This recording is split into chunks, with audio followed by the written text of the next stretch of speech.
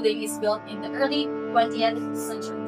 The structure serves as a living quarters of American personnel and housed the headquarters of General Douglas MacArthur during the war. The barracks became a significant historical site because it was a key location during the Japanese invasion of the Philippines, serving as a headquarters and shelter for the soldiers. It is now a poignant reminder of the Battle of Corregidor and events of World War II. And the island itself is a big shrine for war veterans. Specific recognition is a singular event, but an ongoing acknowledgement of its historical importance. The art and memorials on the island also reflect paying tribute to the events that transpired there, such as Philippine Memorial and the Japanese Memorial.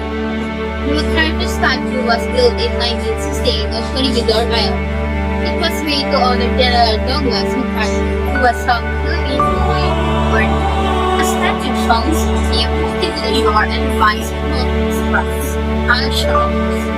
It stands as symbol of bravery and friend between the Philippines and the United States. It is now part of the Corregidor Historical Landmark and is cared for by the National Historical Museum of the Philippines. Many tourists visit the statue to learn about history and take pictures. The place gives people pride and respect for those who have for freedom. It continues to remind everyone about courage and faith during the war. The Japanese Memorial Garden is located at the trail side of the island and is the site for various soldiers, memorials, and anti-aircraft gun runs. This garden was made for Japanese soldiers who died during World War II. The memorial garden presents high stone buildings, reflecting jewels, and the Shito Shrine and other markers built for Japanese inscriptions. And it's also used as a praying area for Japanese war veterans and the families and relatives of Japanese soldiers who served or were killed in the Corregidor during World War II when the American and Filipino troops captured Corregidor in 1945. All the Japanese who died in the island were buried in this area. The construction of this garden was made possible through funds generated by a Japan-based private. The eternal flame of freedom found in Corregidor Island of Cavite Province is a sculpture of the Pacific War Memorial. It was designed and sculpted by Aristides Demetrius in 1968, wherein he was erected by the U.S. government to honor the American and Filipino soldiers from the World War II. It is a 40-foot tall sculpture with an inscription below written, "To live in freedom's light is the right of mankind." This memorial symbolizes the flame of liberty that is burning eternally for the sacrifices made, a tribute for everyone's bravery for liberty during the war. The island was a major defense outpost for Allied troops. Its capture and recapture were significant events in the Pacific theater of World War II. The state-of-the-art lighting system uses the same innovative technology the company used to power projects such as community around Palawan's underground river and the world-class sky lane around Bangkok's International Airport. The Malinta Tunnel's construction began at 1922 and ended at 1950. It is about 826 feet or 253 meters long. It was originally designed as a bomb-proof storage and a personal bunker for ammunition and a 1,000-bed hospital during World War II.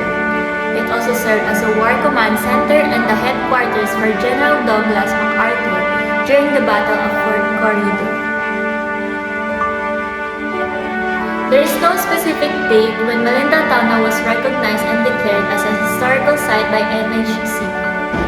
However, in 1954, President Ramon Magsaysay declared Corregidor as National Shrine. Malinta Tunnel being on Corregidor, it might have been recognized at the same time. Now, let's take a look to its geological factor. Corregidor Island is part of a volcanic chain, and its rocky landscape is composed mostly of tuff and volcanic basalt. Natural canyons over time, erosion by wind and rain, carved deep gullies and ravines, forming a natural canyons across the island. These natural features contribute to island's rugged, dramatic topography. Now, let's proceed to man-made canyons, which is trenches and guns emplacement. During World War II, the US and Filipino forces constructed artificial canyons in form of trenches, tunnels, and gun batteries. These were designed to conceal artillery and protect troops from the aerial and naval attacks.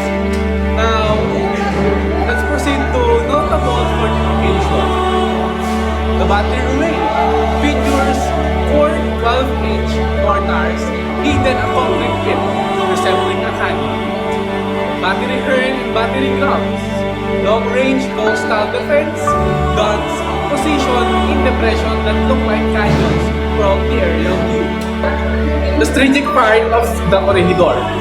The canyons offered a natural and artificial cover, making the Corregidor a key defensive stronghold. The terrain limited enemy movement and gave defenders a tactical advantage. The Japanese and Allied forces fought bitterly over this island, especially in February 1945 during its recapture. Now, let's proceed to ecological and touristic value today. The canyons are now overgrown with tropical vegetation, creating a scenic walking trails for visitors. Historical tours includes visit to the Malinta Tunnel, Grand Canyon, artillery, batteries, and canyon-like position. Adventure seekers can explore both natural and historic canyon trails, some still bearing battle scars, like shrapnel holes and bomb craters. In August 16, 1954, Corregidor Islands was recognized as historical place, and nowadays there are beautiful beaches, vistas on Corregidor Islands, especially in the lower portion where you might unwind and take in the scenery. Featuring South Beach and well-lighted location for leisure and swimming, the island's beaches are ideal for relaxing and taking part in water sports like kayaking and paddleboarding, since they have clear waters, beautiful scenery, and peaceful ambience. In addition to historical monuments like the Mayong Barracks, Manila Tunnel, and Pacific War Memorial, certain trip package such as Corregidor Island Day Tour includes visit in island beaches. This establishment is called the Pacific War Museum. It was established in 1958. The museum was built in